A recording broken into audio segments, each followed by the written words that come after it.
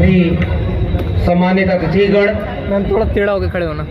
और इस दिल्ली के ऐतिहासिक रामलीला मैदान में देश के कोने कोने से आए हुए आप सभी लोगों को मेरा क्रांतिकारी जय भीम, जय मंडल, जय संविधान है, इंकलाब जिंदाबाद है। मैम आराम से। साथियों, हिल रहा है तो सारा हिल रहा है। आज जिस परिस्थिति और जिस माहौल में हम इस देश के वंचित, शोषित, कमेरा लोग दिल्ली में इकट्ठा हुए हैं, वी द पीपल पैगाम के इस मंच पर, इस आयोजन में, वो माहौल, वो देश की हालात बहुत मुश्किल और चुनौतियों भरे हैं। जिन वजहों से, जिन रास्तों से चलकर हमारे जैसे लोग देश के गांवों से निकलकर यहां तक पहुंचे, वो रास्ते बंद किए जा रहे हैं। मगर ऐसे वक्त में जब चारों तरफ निराशा का माहौल हो, लोग ये सोच रहे हो और आपस में बात कर रहे हो, कैसा लगता है कि बालू की तरह हमारी हाथ से हमारा हक, अधिकार, हमारी एकजुटता फिसलती चली जा रही है और हम उसे रोक नहीं पा रहे। Record start. मुझे दिल्ली के रामलीला मैदान का ये मंच एक उम्मीद की तरह नजर आ रहा है कि तमाम तरह से अलग अलग जिन्हें समझा जाता है, वो बहुजन, वंचित, शोषित समाज के लोग इस सभागार में, इस मंच पर और इस पंडाल के सामने इकट्ठा हो गए हैं। मुझे यहां से भी एक उम्मीद की रोशनी नजर आ रही है, इसलिए मैं निराश होने की बजाय उम्मीदों से अपनी बात शुरू करता हूं। उम्मीद इस सवेरे की, जिसकी रोशनी यहां जो 3 आदमकद मूर्तियां खड़ी हैं, वो यूं तो मूर्ति है डॉक्टर अंबेडकर, महात्मा ज्योतिबा फूले, सावित्रीबाई फूले की, और 6-7 दिसंबर का दिन, जिस दिन डॉक्टर अंबेडकर को वो लोग भी मजबूरी में ही सही याद करते हैं जो अपने दिल में गोडसे, गोलवलकर और हेडगवार को रखते हैं। आप अपने पुरखों के उस कद को महसूस करिए जिन्हें पहले नजरअंदाज किया गया। मुल्क की आजादी के बाद उन पर किताबें नहीं छापी गई, इस देश में उन पर कुछ पढ़ने के लिए किताबें नहीं मिली, विश्वविद्यालयों में शोध नहीं हुआ। गोया बात नहीं करेंगे तो डॉक्टर अंबेडकर खत्म हो जाएंगे, फूले खत्म हो जाएंगे, बिरसा मुंडा का नाम लेने वाला कोई नहीं होगा। मगर आज मैं इस बात को पूरी जिम्मेदारी से कहना चाहता हूं कि इस मुल्क के किसी भी कोने में हक हुकूक के लिए कोई भी आवाज अगर उठती है तो उन आवाजों में प्रेरणा स्रोत के रूप में भारत के संविधान के साथ बिरसा, फूले, अंबेडकर और पेरियार एक नजीर, एक उदाहरण बनकर के हमारे सामने है। मिटाने वाले मिट गए और आज उम्मीदों का नया सूरज हमारे सामने। ये बात बिल्कुल ठीक है कि जितनी आबादी हमारी है, जितना हक मौका हमारे पास है, उससे तो इस मुल्क के हुक्मरान, इस मुल्क के वंचित, शोषित, कमेरा लोगों को होना चाहिए था। लेकिन अफसोस, मैं तो दिल्ली विश्वविद्यालय में पढ़ाने वाला एक ठेके पर प्रोफेसर हूं।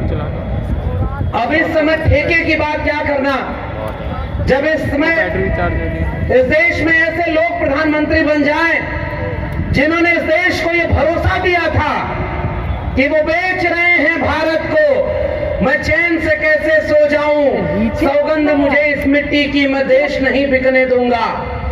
और जब वो प्रधानमंत्री बन जाए तो एक एक करके उन सारी चीजों को बेच दिया निजी हाथों में जो इस देश ने 70 साल में कमाया था, जैसे तैसे भी कमाया था। उसे चाय बेचते देश में किसी ने नहीं देखा, मगर देश बेचते इस देश के हर लोग देख रहे हैं, फिर भी ये मुल्क की आवाम खामोश है। मुझे अफसोस है इस मुल्क के लोगों के ऊपर कि उसने धोखा दिया, झूठ बोला। इस देश ने बहुत बुरे प्रधानमंत्री देखे, मगर इतना झूठा प्रधानमंत्री इस देश में कोई नहीं हुआ। खुलेआम झूठ बोलना, और वही झूठ बोला था उस प्रधानमंत्री ने कि मैं आज इस देश का प्रधानमंत्री तब बन पाया जब बाबा साहब और उनका संविधान था। अरे भाई, अगर तुम बाबा साहब की वजह से प्रधानमंत्री बने तो बाबा साहब के सपनों का भारत बनाते, बिरसा और फूले के सपनों का, पेरियार के सपनों का भारत बनाते। तुम तो जुबान पर डॉक्टर अंबेडकर को रखते हो, बिरसा फूले को, और दिल में गोडसे और गोलवलकर का भारत बना रहे हो। आज जब हम यहां बात कर रहे हैं, इस देश में राज्यसभा में शीतकालीन सत्र शुरू हुआ है, और आज ही सदी का सबसे झूठा प्रधानमंत्री संसद में खड़े होकर बोल रहा है यह देश अब अमृत काल की तरफ जा रहा है, एक नया सवेरा है। मैं उससे यहां रामलीला मैदान से यह सवाल करता हूं, किस बात का सवेरा और किस बात का अमृत काल? क्या इस मुल्क को इस बात के लिए विचार नहीं करना होगा कि आजादी के 75 साल बाद जब तुमने इस देश के लोगों को गुमराह करने के लिए हर हाथ तिरंगा, हर घर तिरंगा, 2022 तक सबको घर दे देंगे, तमाम तरह के झूठे वादे किए, बुलेट ट्रेन चलाएंगे, 2 करोड़ रोजगार देंगे, 15 लाख रुपए देंगे, हवाई चप्पल वाले को हवाई जहाज में उड़ाएंगे, और ऐसा करते करते उस बेचने वाले ने सबसे पहले सपनों को बेचा, और उसके बाद एक एक करके आपके हक अधिकार की जगहों को बेच दिया। तो किस बात के तुम प्रधानमंत्री, और कौन सा ये नया भारत है? मेरा सवाल ये है। हमी को दरिया पे जाने से रोकने वाले हमसे ही पानी का हिसाब मांगते हैं। आज तक तो कभी आपने इन तालीमी इदारों में, देश के विश्वविद्यालयों में बहुजनों को पहले आने से रोका। मैं एक ही विषय पर बात करूंगा कि इस पूरी वंचना में सबसे ज्यादा भूमिका भारत के संविधान के कमजोर किए जाने की कैसे, और चूंकि विश्वविद्यालय से जुड़ा हूं तो मैं ये बात कह रहा हूं कि विश्वविद्यालयों में सबसे पहले तो हमारे लोगों को आने नहीं दिया। डॉक्टर अंबेडकर हो, फूले हो, पेरियार हो, इन सब ने जो सबसे महत्वपूर्ण लड़ाई लड़ी थी, कलम और किताब की लड़ाई लड़ी थी, कि अगर पीढ़ियों को कलम और किताब हाथ में पकड़ाएंगे तो वो केवल अपना मुस्तकबिल ही नहीं, इस मुल्क का मुस्तकबिल बदल कर रख देंगे। आए कुछ लोग विश्वविद्यालयों में, रिजर्वेशन तो 1997 में हायर एजुकेशन में आया, मंडल का दौर आया तो मंडल का विरोध करने वाले इन विश्वविद्यालयों, मीडिया घरानों और देश के बड़े बड़े संस्थानों में बैठे एलीट अपर कास्ट लोग जो अंग्रेजी बोल करके सोचते थे कि भारत एक डेवलपिंग कंट्री है, उन्होंने आपके बच्चों के आरक्षण का विरोध किया था।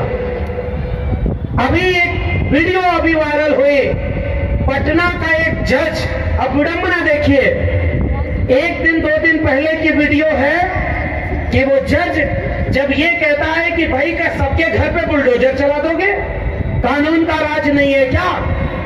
तो वो जज इस देश के तमाम प्रगतिशील लोगों को बहुत पसंद आता है, एक नायक बनता है कि चलो भाई सारे जज बिके नहीं हैं, सारे कॉलेजियम से आकर के अपने रिश्तेदारों को जज बनवा करके सरकार की हाँ में हाँ मिलाकर न्यायपालिका को, इस कार्यपालिका का गुलाम नहीं बना दिए। सारे जज राम मंदिर का फैसला आज सुनाए, कल राज्यसभा की शपथ में ऐसे नहीं हो गए। कुछ जज अच्छे भी हैं जो अच्छा फैसला सुना रहे हैं, सबने सर आंखों पर बिठाया।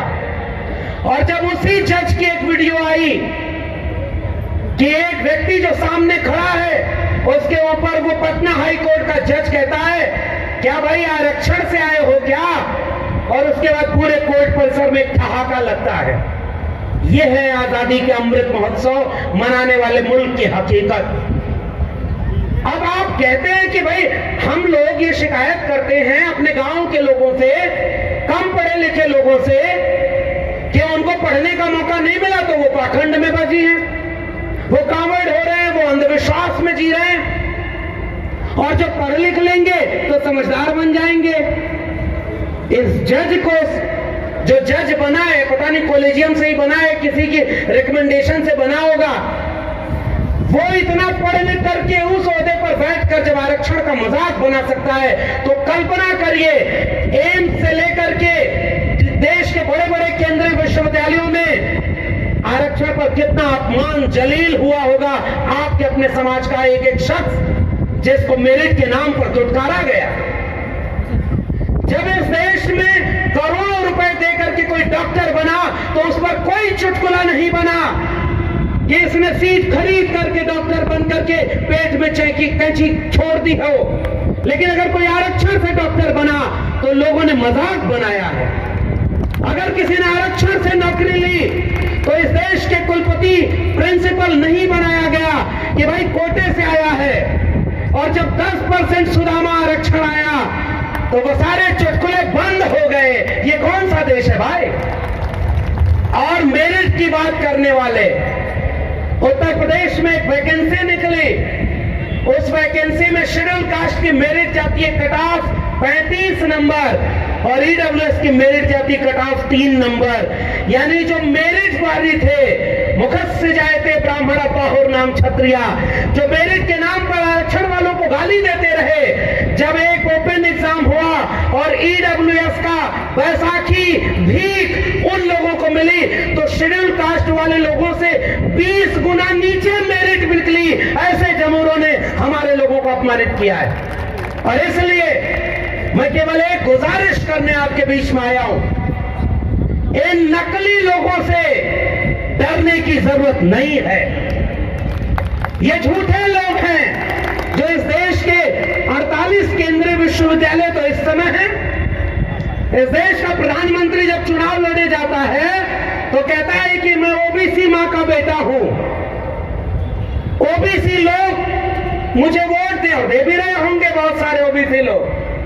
मैं तो उससे एक सवाल पूछता हूं, हर मंच से जाकर सवाल पूछता हूं, चलो छोड़ दो ओबीसी होने के बाद भी हम तो तुमसे उम्मीद भी नहीं करते कि तुम छत्रपति साहू जी, महात्मा ज्योतिबा फूले, सावित्रीबाई फूले और डॉक्टर लोहिया और तमाम लोगों को जानते होगे। हम तो तुमसे उम्मीद भी नहीं करते क्योंकि मेरे विश्वविद्यालय से पढ़े हो, एंटायर पॉलिटिकल साइंस किए हो और उसकी भी डिग्री तुम्हारी झूठी है, इसलिए हम तुमसे ज्यादा उम्मीद नहीं कर रहे। बन गए प्रधानमंत्री, लेकिन एक बात बताओ, अगर इस मुल्क के किसी भी कोने में जाकर तुम कहते हो कि तुम ओबीसी हो, तो इस देश में प्रधानमंत्री रहते हुए तुमने 8 साल में एक बार भी मंडल कमीशन का अगर नाम लिया हो तो मुझे बताओ, तब मैं मानूंगा कि तुम असली ओबीसी हो। ये गोडसे, गोलवलकर और हेडगवार के वारिस जब मौका मिलता है तो 80% हिंदुओं एक हो जाओ कहते हैं, और जब वोट लेना होता है तो ओबीसी नाम लेते हैं। मंडल कमीशन आया तो मंडल के विरोध में कमंडल आने वाले लोग कौन थे? मंडल किसके लिए आया था भाई? और इसके मंडल के विरोध में सरकारें गिर गई। ये रामलीला मैदान ऐतिहासिक है, बहुत बड़े बड़े लोग यहाँ पर बैठे हैं, बहुत अनुभव है भाई। हमारे जैसे लोगों के पास क्या है, दिल में जो है वही ज़बां पे है और कोई खास बात नहीं हम में, इसलिए हम यहाँ सच बोल रहे हैं। और ठेके पे प्रोफेसर होने के बाद भी हम जानते हैं कि इतना बोलने के बाद कोई प्रोफेसर की नौकरी क्या ही देगा। जब झंडे वालान से तय हो जाए कि वाइस चांसलर कौन बनेगा तो हमको पता है कि हमारा सच क्या है। लेकिन मैं केवल इसलिए ये बात बोलता हूं कि मैं इस मंच पर खड़े होकर के भी वही सच दोहरा रहा हूं। कल था 6 दिसंबर और अपने पुरखों को याद करते हुए कह रहा हूं, अगर इस देश में भारत का संविधान और मंडल कमीशन न होता तो मैं आज आजमगढ़ जैसे गांव में जाकर जिले में कहीं भैंस गाय चरा रहा होता। मैं इस देश के केंद्रीय विश्वविद्यालय, दिल्ली विश्वविद्यालय में प्रोफेसर कभी नहीं बन पाता। तो अपनी मेरिट के दम पर तो यहां तक आ गए और अब तुम्हारे भरोसे भीख मांग करके या झंडे वालान में घुटने टेक करके तो नौकरी मांगने नहीं जाएंगे। बहुत सारे लोगों को नौकरी मिल गई, बहुत सारे लोग SC ST OBC घरों के वाइस चांसलर बने बैठे हैं, बड़े बड़े पदों पर हैं। मगर मैं याद करता हूं कि बड़े बड़े परमानेंट लोगों को कोई नहीं जानता, बड़े बड़े ओहदे पर मिनिस्टर और बड़े बड़े ब्यूरोक्रेट को कोई वो सम्मान नहीं देता जो मुझे और इस मंच पर बैठे हुए संघर्ष करने वाले लोगों को सम्मान मिलता है। मुझे ऊर्जा केवल इस बात से मिलती है, ऐसे लोगों के बीच आकर के मिलती है कि हम जब आंख बंद करें तो इस बात का अफसोस न हो कि जिस सीढ़ी पर चलकर हम संविधान और मंडल कमीशन से होकर यहां पहुंचे, हमारी आंखों के सामने जब उन सीढ़ियों के एक एक डंडे तोड़े जा रहे थे तो हम खामोश नहीं बैठे थे, हम बोल रहे थे, हम जानते थे और ये सवाल पूछ रहे थे कि देखो इस देश में हिंदू के नाम पर एक झूठ फैलाया गया। कोई हिंदू नहीं है भाई। अगर हिंदू है तो पहला हिंदू वो जितेंद्र मेघवाल क्यों नहीं था जिस बच्चे को मटका छूने पर मारा किसी मुसलमान ने नहीं मारा। इंद्र मेघवाल को किसी मुसलमान ने नहीं मारा। रोहित वेमुला पाल तड़वी को किसी मुसलमान ने नहीं मारा। और ये नमूने टीवी पर बैठकर बिकी हुई मीडिया और बिके हुए अखबार से कहते हैं कि देश के हिंदू एक हो जाओ, तुम्हारे मुसलमानों से तुम्हें खतरा है। मैं आपसे केवल एक गुजारिश करने वाला हूं और वो सब आप जानते हैं। मंडल कमीशन के खिलाफ आंदोलन करने वाला मुसलमान था क्या? जब हायर एजुकेशन में 2006 में मंडल पार्ट 2 लागू हो रहा था तो उसका विरोध दिल्ली विश्वविद्यालय, जेएनयू और एम्स में खड़े होकर मुसलमान कर रहे थे क्या? अरे भाई, मंडल का लाभ, आरक्षण का लाभ इस देश के उन्हीं SC ST OBC को ही तो मिलने वाला था। तो मंडल के विरोध में कमंडल कौन लेके आया? मंडल के विरोध में रथ यात्रा कौन लेके चला? और इसलिए आज भी कह रहा हूं, अगर इस देश का प्रधानमंत्री OBC है, 27 कैबिनेट मिनिस्टर्स ने OBC बना दिए, तो एक बात बताओ, प्राइवेट सेक्टर में आरक्षण, प्रोन्नति में आरक्षण यानी प्रमोशन में reservation, education reform, land reform, वित्तीय निगमों की स्थापना, ये सारी तो मंडल कमीशन के रिकमेंडेशन है। एक झूठा OBC प्रधानमंत्री अगर आज भी सच्चे में डॉक्टर अंबेडकर और मंडल को याद करता है तो आज यही घोषणा करे कि जाति जनगणना कराएगा और प्राइवेट सेक्टर में भी रिजर्वेशन लागू करेगा। हमारी ये मांग होनी चाहिए और इस मंच पे यही मांग है। पूरा देश को बेच रहा है, पूरे देश को बेचते बेचते कभी मां के साथ तस्वीर, कभी एम्बुलेंस निकल रही है भाई उसकी गाड़ी को ओवरटेक करते हुए, देखा होगा आपने। SPG की सिक्योरिटी में कोई गाड़ी नहीं जा सकती, एम्बुलेंस जाती है जिसमें कैमरा लगा होता है। वोट डालने जा रहे हैं तो वहां पर रैली कर रहे हैं। पूरे देश को एक हिप्नोटाइज कर लिया है। पता है क्यों कर लिया है? क्योंकि उसे पता है कि इस देश के 90% कमेरा लोग अभी भी अपने बच्चों के भविष्य की चिंता नहीं कर रहे। और यह आखिरी गुजारिश मेरी है, बहुजन आंदोलन में तमाम खामियां होंगी, मैं इन खामियों को गिनाने के लिए इस मंच का इस्तेमाल नहीं करूंगा। हम उम्मीद की रोशनी की तरह क्या देख सकते हैं? अब सब कुछ बेचने वाले लोग, सब कुछ को खत्म किया जा रहा है, तो आपके पास बचाने के लिए क्या है? कोविड में जब सारे सरकारी अस्पताल जान बचा रहे थे, प्राइवेट अस्पताल बंद थे, फिर भी एक एक कर सरकारी अस्पतालों को बेच दिया। BSNL बेच दिया, रेलवे बेच दिया, स्टेशन बेच दिया, एक एक करके सारी चीजें बेच दी हैं। ये वी द पीपल के लोग एक सवाल पूछते हैं कि भाई ठेके में कोई रिजर्वेशन क्यों नहीं है? इस देश के 90% लोगों के पास 90% जमीन क्यों नहीं है? और आखिरी चीज उसमें जोड़ लीजिए, नई शिक्षा नीति के चलते 2020 में जो नई शिक्षा नीति आई, उसने आपके बच्चों की शिक्षा को हमेशा हमेशा के लिए उन्हीं अंबानी और अडानी के निजी हाथों में बेच दिया है और हमारे और आपके बच्चों को अब कोई शिक्षा नहीं मिलने वाली है। ये इस देश में हो चुका है। संविधान बचा रहेगा। संविधान दिवस के दिन कितना भी बड़ा झूठा प्रधानमंत्री हो, कितना भी कोई रबर स्टाम्प, कोई भी मंत्री विधायक बना दिया जाए, वो संविधान की शपथ लेंगे। संविधान के अंदर के जितने अधिकार हैं वो खत्म कर दिए गए। और इसलिए नई शिक्षा नीति, आप गांव में जाकर देखिए, सरकारी स्कूलों में किन के घरों के बच्चे पढ़ते हैं? सबसे ज्यादा 90% कमेरा लोगों के घरों के बच्चे सरकारी स्कूल में पढ़ते हैं। जहां न इमारत है न शिक्षक है, तो शिक्षक की जरूरत नहीं है। और सिलेबस बन रहा है नया नया।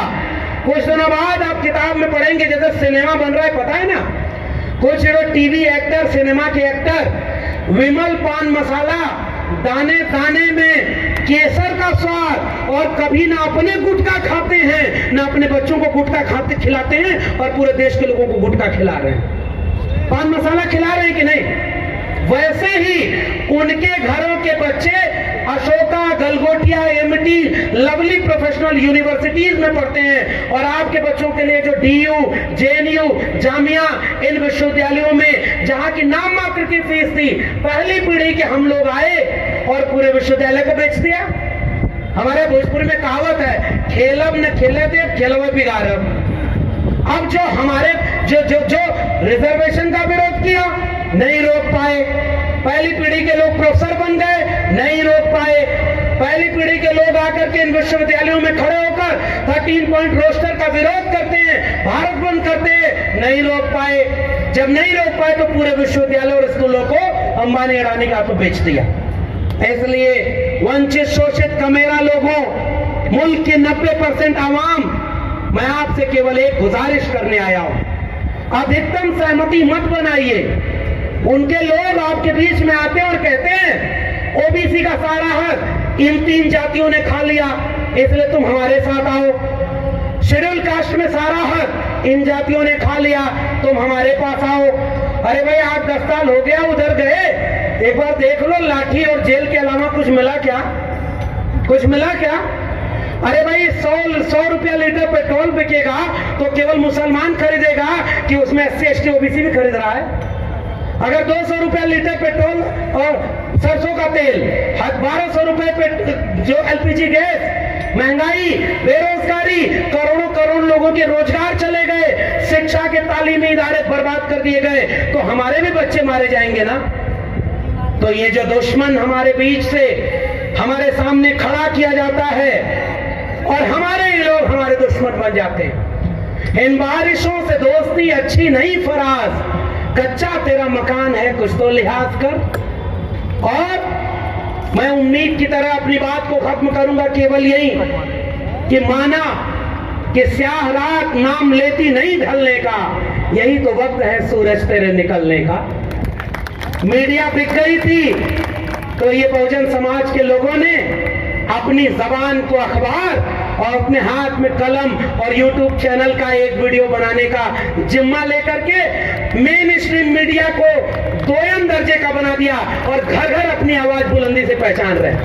गांव में हम जाते हैं तो लोग हमसे कहते हैं कि साहब आपको सुनते हैं तो बड़ी हिम्मत मिलती है। सच कहें तो हम तो डरे हुए लोग हैं। जब हमारे गांव में कोई व्यक्ति मुझसे कहता है जिसे मैं नहीं जानता कि आपकी वो पाठशाला मैंने सुनी थी, मुझे हिम्मत मिल जाती है कि बाबा साहब के समय तो बड़ी मुश्किल से जनता प्रबुद्ध भारत मूक नायक निकालना पड़ा, बंद हो गए अखबार, फूले साहब का अखबार बंद हो गया, अकेले थे ये लोग, लड़कर हमें यहां तक पहुंचा दिया।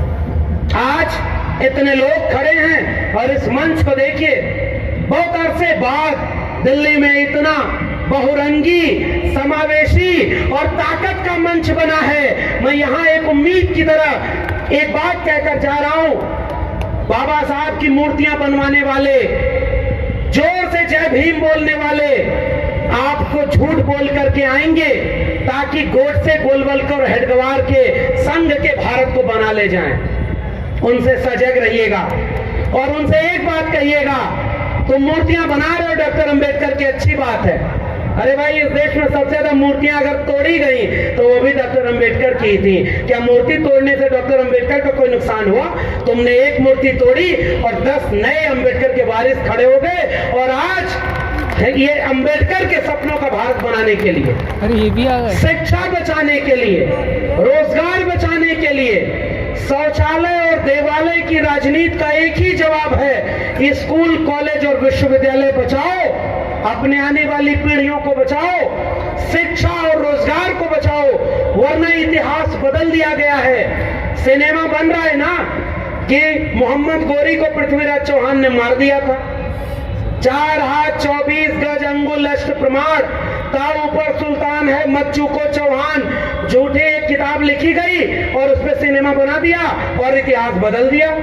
कल को सिलेबस में पढ़ाया जाएगा कि एक आदमी जब बचपन में बहुत छोटा था, तालाब में भगवा झंडा डूब रहा था, तालाब में कूद गया वो बच्चा, भगवा झंडा को ले आया और मगरमच्छ के बच्चे को भी बगल में दबा कर ले आया। कुछ दिन बाद वो बच्चा भीख मांगने चला गया, रेलवे स्टेशन पर चाय बेचा, 35 साल तक तपस्या किया, उसके बाद भारत का प्रधानमंत्री बन गया, 10 लाख का सूट पहना, करोड़ों रुपए के जहाज में चलता है, लाखों रुपए उसके प्रचार पर खर्च होता है, पूरे देश को बेच दिया और फिर भी झूठ बोला। मेरा क्या है जी, हम तो फकीर आदमी है, झोला लेके चल पड़ेंगे। मैं आपसे कहता हूं हमारे और आपके बच्चों का क्या होगा? इसलिए आखिरी गुजारिश, बहुत कुछ बर्बाद हो चुका है, न्यूनतम सहमति पर अधिकतम एका बनाइए, छोड़ दीजिए कुछ चीजों को, वो नहीं सुधरेंगी। लोग कहते हैं इतने संगठन हो गए, अरे भाई सदियों की भूखी नस्लें दोनों हाथों से खाती हैं। इसलिए मैं तो ये खुश होता हूं कि जितने संगठन हो गए उतनी जगह पर बातें मनाई जा रही हैं। तो एकजुटता मुद्दों पर हो, SC ST OBC की एकजुटता इस बात में बनेगी कि OBC के घरों में जाकर मुझे भी समझाना है कि भाई तुम्हारे जज नहीं, तुम्हारे प्रोफेसर नहीं, तुम्हारे डॉक्टर नहीं, तुम्हारे अंबानी अडानी तुम्हारे घर में नहीं, जो उद्योगपति हैं ये तुम्हारे घर में नहीं, ब्यूरोक्रेट तुम्हारे घर में नहीं, क्योंकि जाति तुम्हारी OBC थी। दलित का शोषण भी जाति के नाम पर, OBC का शोषण भी जाति के नाम पर, आदिवासियों को जा रहे हिंदू बनाने, वनवासी कहने। आदिवासियों के बीच में राजस्थान पिछले दिनों गया और वो आदिवासियों को कहते हैं कि डॉक्टर अंबेडकर तुम्हारे नेता नहीं है, और लाखों लोगों की भीड़ में सबसे केंद्र में जो उन्होंने तस्वीर लगाई थी वो बाबा साहब डॉक्टर अंबेडकर की लगाई थी। तो ये नफरत के सौदागर हमें तोड़ रहे हैं। हम मोहब्बत के लोग हैं, हमारे पुरखों के हाथ में कलम और किताब थी, हमें भी मोहब्बत से इस देश में नफरत को रोकना है। भारत का संविधान और मंडल कमीशन में जब तक थोड़ी भी असर बाकी रहेगी और एक उम्मीद की तरह से 1-1.5 साल बचा है, कम से कम उतना भारत बचा लीजिए, उतना संविधान बचा लीजिए, उतना मंडल कमीशन की रिपोर्ट बचा लीजिए जितना हमें विरासत में मिला। वरना आने वाली पीढ़ियां जब हमसे पूछेंगी ये सब कुछ हो रहा था तो तुम क्या कर रहे थे, मैं कम से कम सुकून से कह सकूंगा कि बिना अपनी नौकरी की चिंता किए, बिना बुलडोजर की चिंता किए, बिना जेल की चिंता किए, हम कुछ जुनूनी लोगों के साथ कंधे से कंधा मिलाकर इस मुल्क के आईन, इस मुल्क के दस्तूर और इस मुल्क के मंडल कमीशन को बचाने की लड़ाई लड़ रहे थे। बहुत बहुत धन्यवाद। जय भीम, जय मंडल, संविधान जिंदाबाद, उल गुलाम जिंदाबाद, इंकलाब जिंदाबाद। Press the bell icon on the YouTube app and never miss another update.